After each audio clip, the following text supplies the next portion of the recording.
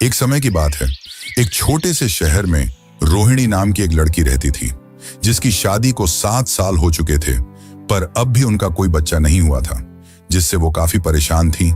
और साथ ही उसकी सास से मिलने वाले ताने।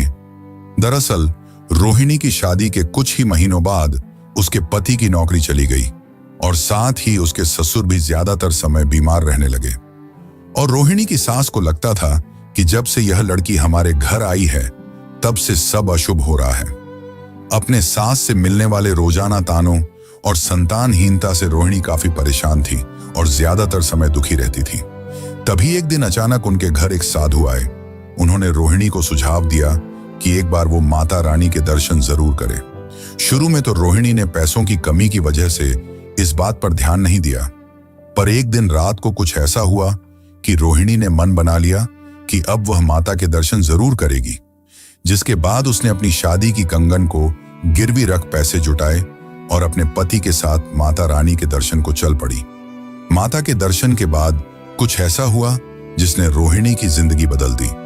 उसके पति को बड़ी कंपनी से जॉब ऑफर आया और साथ ही उसकी मां बनने की इच्छा भी पूरी हुई। और आखिर पूरी होती भी क्यों नहीं, आखिर एक मां का कष्ट दूसरी मां नहीं समझेगी तो और कौन समझेगा। जी हां दोस्तों, हम बात कर रहे हैं माता वैष्णो देवी की। जम्मू कश्मीर की हरी भरी पहाड़ियों के बीच बसा है माता वैष्णो देवी का मंदिर, जहां हर साल लाखों श्रद्धालु केवल माता की एक दर्शन के लिए आते हैं। और भक्तों का कहना है कि माता के बुलावे के बिना यहां कोई नहीं आ सकता, और जो भी आता है माता उसकी सभी मुश्किलों को दूर कर देती है।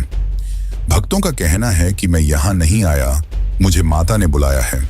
ये कोई सामान्य मंदिर नहीं है, बल्कि आस्था, रहस्य और अदृश्य शक्ति का ऐसा संगम है जहां हर कदम पर कुछ अनजाना आपका इंतजार कर रहा होता है। जम्मू कश्मीर के त्रिकूट पर्वत पर स्थित माता वैष्णो देवी का मंदिर सदियों से करोड़ों भक्तों की आस्था का केंद्र रहा है, लेकिन इसकी गुफाओं की दीवारों में ऐसी कहानियां दबी हैं जो आज भी पूरी तरह उजागर नहीं हो पाई हैं। कहते हैं इस गुफा में सिर्फ वही पहुंच सकता है जिसे खुद माता बुलाती हैं, और जब तक उनका बुलावा ना हो कोई यहां तक आ भी नहीं सकता। हर साल लाखों लोग कटरा से लगभग 14 किलोमीटर की कठिन चढ़ाई पूरी कर माता के दरबार तक पहुंचते हैं, लेकिन ज्यादातर को पता नहीं होता कि इस पावन यात्रा के हर मोड़ पर सदियों पुरानी चमत्कारिक घटनाएं छुपी हैं। यही बाण गंगा है, जहां माता ने अपने धनुष से तीर चलाकर प्यासे हनुमान के लिए जलधारा निकाली थी, और वही चरण पादुका जहां माता के चरणों के निशान आज भी शिला पर अंकित हैं। लेकिन इन स्थलों से भी ज्यादा रहस्यमयी है वह गुफा जहां माता ने 9 महीने तक तपस्या की और फिर भैरवनाथ नामक राक्षस का वध करके उसके सिर को दूर भैरव घाटी में गिरा दिया।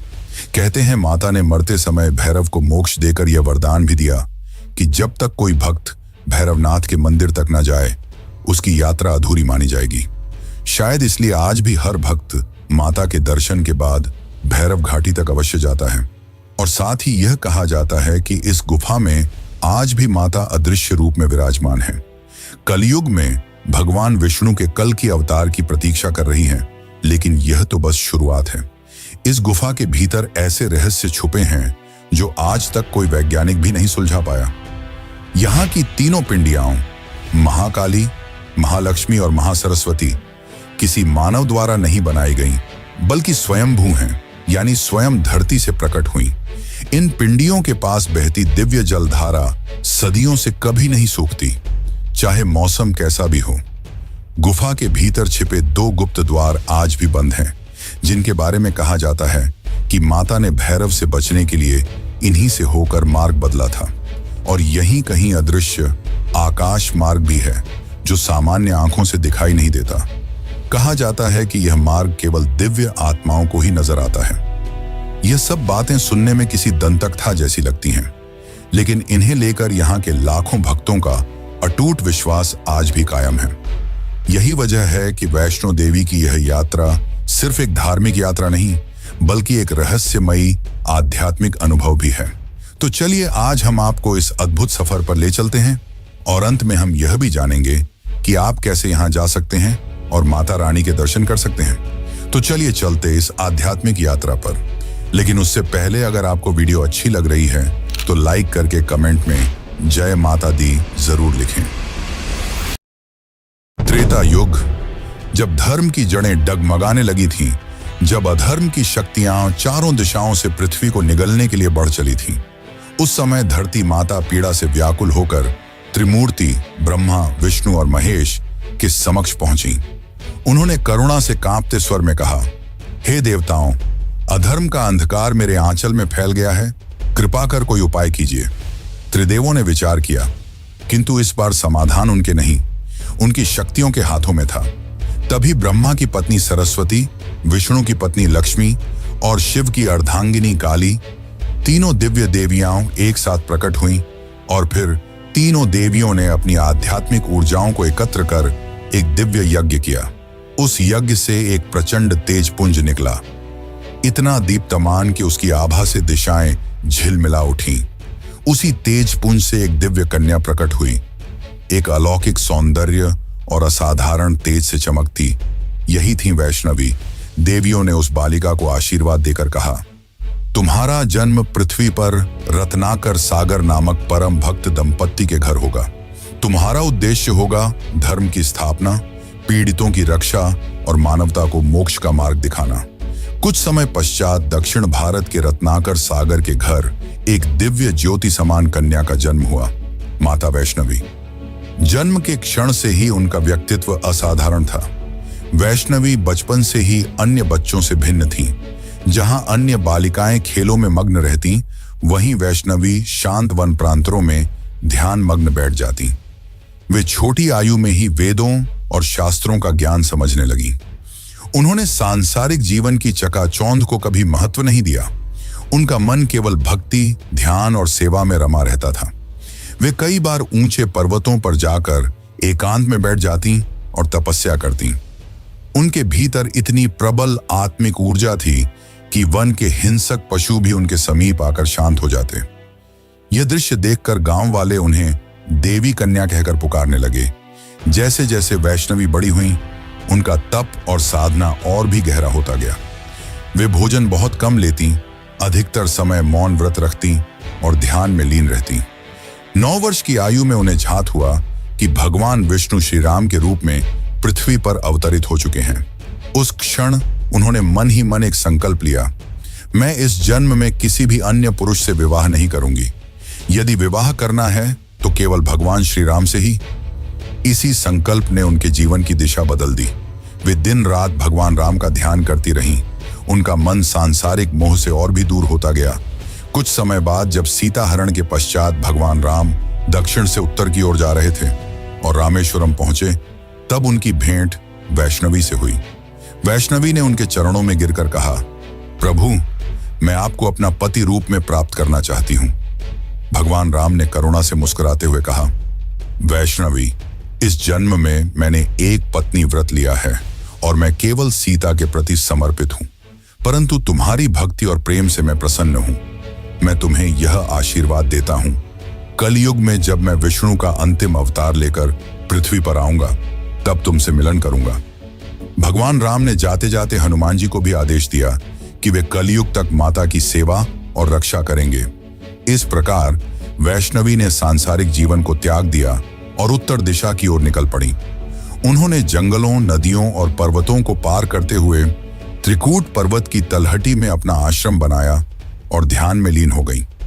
उनके भीतर से निकलती दिव्य आभा धीरे धीरे दूर दूर तक फैलने लगी। गांव गांव से लोग उनके दर्शन करने आने लगे।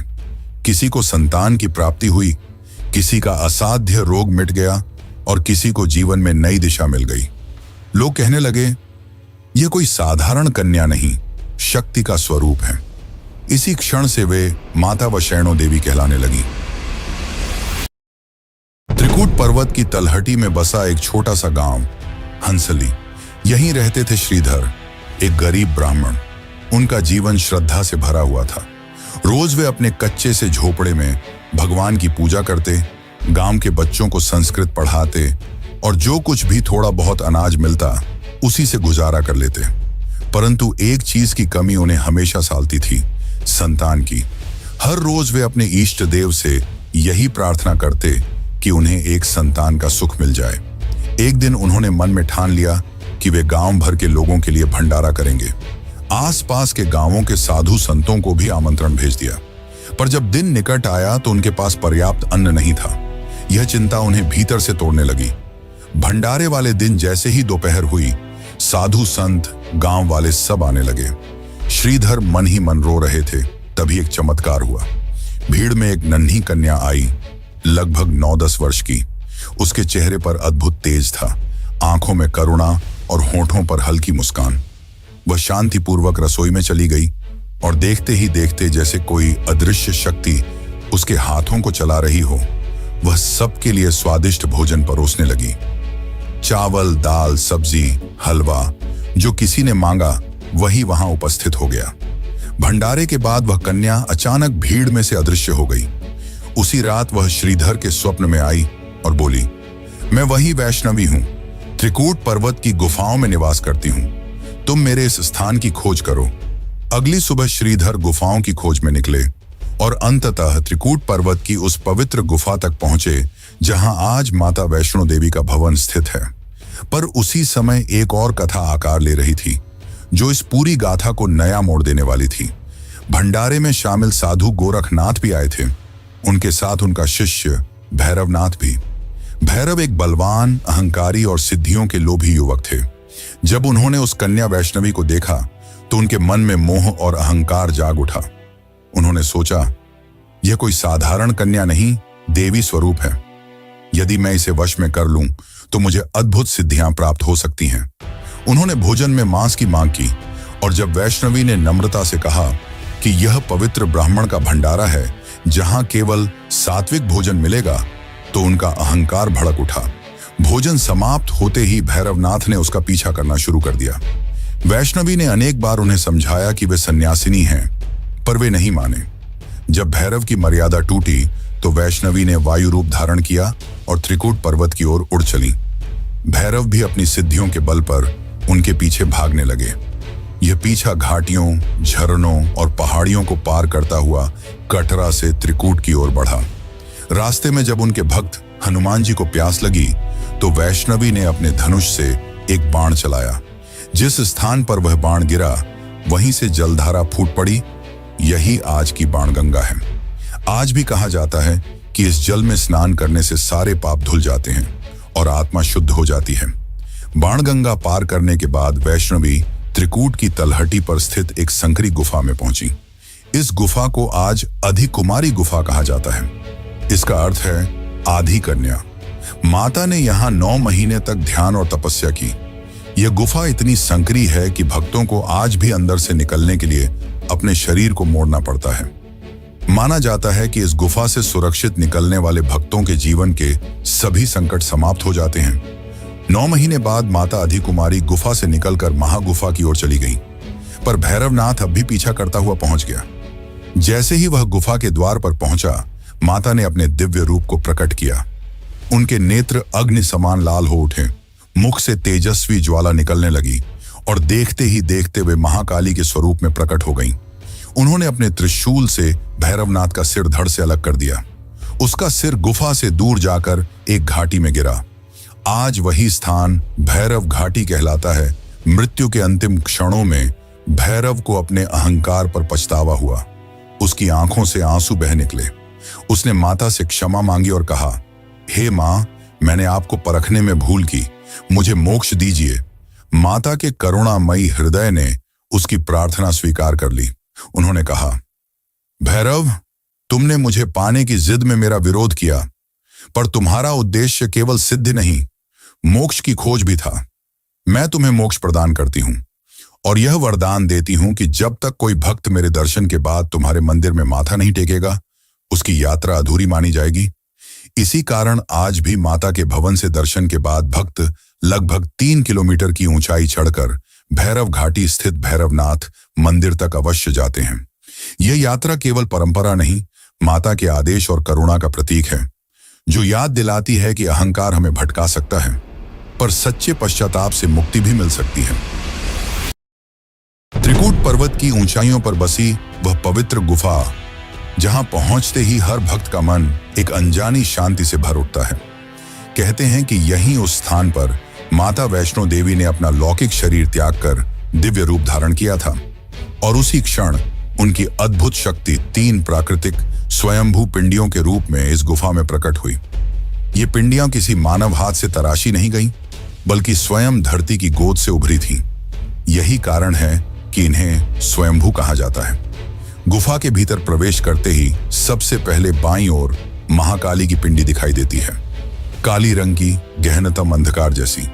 वे तमोगुण की अधिष्ठात्री हैं, विनाश की शक्ति जो हर बुराई को जड़ से मिटा देती है। बीच में महालक्ष्मी की पिंडी है, उज्ज्वल, आभामय और लालिमा लिए हुए। वे रजोगुण की प्रतिनिधि हैं, धन, वैभव और समृद्धि की देवी। और दाईं ओर महासरस्वती की पिंडी है, हल्की पीली आभा वाली, शीतल और शांत। वे सतोगुण की देवी हैं, ज्ञान, सृजन और विद्या की अधिष्ठात्री। तीनों पिंडियां किसी मूर्तिकार की रचना नहीं, बल्कि दिव्यता की जीवित प्रतीक मानी जाती हैं। कहा जाता है कि इनके दर्शन मात्र से भक्त के भीतर तीनों गुण, शक्ति, समृद्धि और ज्ञान का संतुलन जागृत हो जाता है। इन पवित्र पिंडियों तक पहुंचने का मार्ग भी अपने आप में एक तपस्या है। हर साल लाखों श्रद्धालु जम्मू से कटरा पहुंचते हैं और वहां से आरंभ करते हैं 13 से 14 किलोमीटर लंबी कठिन लेकिन रोमांचक पदयात्रा। शुरुआत होती है बाणगंगा से, वही स्थान जहां माता ने अपने धनुष से तीर चलाकर प्यासे हनुमान जी के लिए जलधारा प्रवाहित की थी। यह धारा आज भी अविरल बह रही है, चाहे गर्मी हो, सर्दी या बारिश। यहीं श्रद्धालु स्नान करके यात्रा का आरंभ करते हैं। बाणगंगा से कुछ दूरी पर आता है चरण पादुका, वह पवित्र शिला जिस पर आज भी माता के चरणों के निशान अंकित हैं। कहते हैं यहीं उन्होंने थोड़ी देर विश्राम किया था। श्रद्धालु इस स्थान पर माथा टेक कर आशीर्वाद लेते हैं और फिर आगे की कठिन चढ़ाई शुरू करते हैं। पहाड़ की संकरी पगडंडियों से गुजरते हुए यात्री पहुंचते हैं अधिकुमारी गुफा, वही गुफा जहां माता ने 9 महीने तक ध्यान और तपस्या की थी और जिसे पार करते समय भक्तों को आज भी अपने शरीर को मोड़कर जाना पड़ता है। अधिकुमारी से आगे चढ़ाई और कठिन हो जाती है, पर जय माता दी के उद्घोष से हर कदम में नई ऊर्जा भर जाती है। रास्ते में संजी छत नामक स्थान आता है जहां से भवन की पहली झलक दिखाई देती है और फिर पहुंचते हैं मुख्य गुफा भवन तक, जहां तीनों स्वयंभू पिंडियों का दर्शन होता है। पर यात्रा यहीं समाप्त नहीं होती। दर्शन के बाद भक्त लगभग 3 किलोमीटर और ऊपर चढ़कर भैरव घाटी तक जाते हैं, क्योंकि माता ने भैरवनाथ को वचन दिया था कि उनके दर्शन तभी पूर्ण माने जाएंगे जब भक्त भैरव मंदिर भी जाए। यह गुफा सदियों तक घने जंगलों और पहाड़ियों के बीच छुपी रही थी। लगभग 700 साल पहले श्रीधर ब्राह्मण ने माता के संकेत पर इस गुफा की खोज की थी। उसी क्षण से यह स्थान तीर्थ बन गया। समय के साथ जब डोगरा राजाओं का शासन आया तो उन्होंने इस मंदिर का विस्तार और पुनर्निर्माण कराया। 19वीं शताब्दी में महाराजा गुलाब सिंह और उनके वंशजों ने यहाँ भव्य भवन, मार्ग, सीढ़ियां, प्रकाश और सुरक्षा की सुविधाएं बनवाईं ताकि हर भक्त सुरक्षित और सहजता से दर्शन कर सके। आज की भव्य वैष्णो देवी यात्रा उसी डोगरा काल की भेंट है और शायद सबसे अद्भुत तथ्य यह है कि माता वैष्णो देवी का यह पावन धाम 51 शक्ति पीठों में से एक माना जाता है। पुराणों के अनुसार जब सती ने अपने पिता दक्ष के यज्ञ में आत्मदाह कर लिया तो शिव उनके शरीर को लेकर पूरे ब्रह्मांड में विचरण करने लगे। तब विष्णु ने अपने सुदर्शन चक्र से सती के शरीर को खंडित कर दिया और उनके अंग पृथ्वी पर अनेक स्थानों पर गिरे। कहा जाता है कि यहीं त्रिकूट पर्वत पर सती का हृदय गिरा था। इसी कारण इस स्थान को शक्तिपीठ की मान्यता प्राप्त है, जहां देवी की ऊर्जा अनंत काल से आज भी सजीव रूप में विद्यमान है।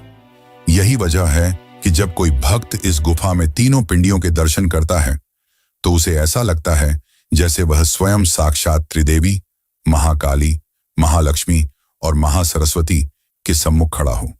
यहाँ की शीतल हवा, गूंजते मंत्र और गुफा के भीतर बहती दिव्य जलधारा सब मिलकर एक ऐसा अनुभव कराते हैं जिसे शब्दों में नहीं बांधा जा सकता। यह केवल एक यात्रा नहीं, बल्कि आत्मा की उस खोज का आरंभ है जहां हर भक्त अपनी आस्था को नए जन्म की तरह महसूस करता है। सदियों से लाखों लोग यहां आए, लाखों ने दर्शन किए, पर आज भी कुछ प्रश्न हैं जो न तो किसी वैज्ञानिक ने हल किए, न किसी शास्त्र ने स्पष्ट उत्तर दिए। यहीं से शुरू होता है इस स्थान का सबसे आकर्षक और रोमांचक पक्ष, इसके अनगिनत रहस्य। मंदिर की मुख्य गुफा में आज 3 स्वयंभू पिंडियां स्थापित हैं, पर बहुत कम लोग जानते हैं कि इसी गुफा में 2 गुप्त द्वार भी मौजूद हैं। कहा जाता है कि जब भैरवनाथ माता का पीछा करते हुए गुफा तक पहुंच गया था, तब माता ने अपने वायु रूप में बदलकर इन्हीं द्वारों से होकर मार्ग बदला और उसे भ्रमित कर दिया। ये द्वार गुफा के पीछे की ओर हैं और आज भी पत्थरों से बंद कर दिए गए हैं। पुरोहित बताते हैं कि ये द्वार इतनी गहराई में जाते हैं कि कोई नहीं जानता वे कहां समाप्त होते हैं। कई साधु कहते हैं कि ये द्वार सीधे हिमालय की दूसरी गुफाओं से जुड़े हुए हैं, पर आज तक कोई भी इसे प्रमाणित नहीं कर सका। इसी से जुड़ा है एक और चमत्कारिक रहस्य, आकाश मार्ग। लोक कथाओं के अनुसार जब माता वायु रूप में भैरवनाथ से बच रही थी, तब उन्होंने आकाश में एक अदृश्य मार्ग बनाया था जो सामान्य आंखों से दिखाई नहीं देता। आज भी कुछ साधु संत दावा करते हैं कि कभी कभी रात्रि के समय भवन के ऊपर आकाश में एक चमकदार रेखा सी आकृति दिखाई देती है, मानो कोई अदृश्य मार्ग क्षण भर को प्रकाशित हो उठता हो। विज्ञान ने इसे भ्रम कहा, पर कई श्रद्धालु इसे माता की दिव्य उपस्थिति मानते हैं। फिर है बाणगंगा, जहां माता ने अपने धनुष से तीर चलाकर प्यासे हनुमान जी के लिए जलधारा निकाली थी। यह जलधारा सदियों से अविरल बह रही है।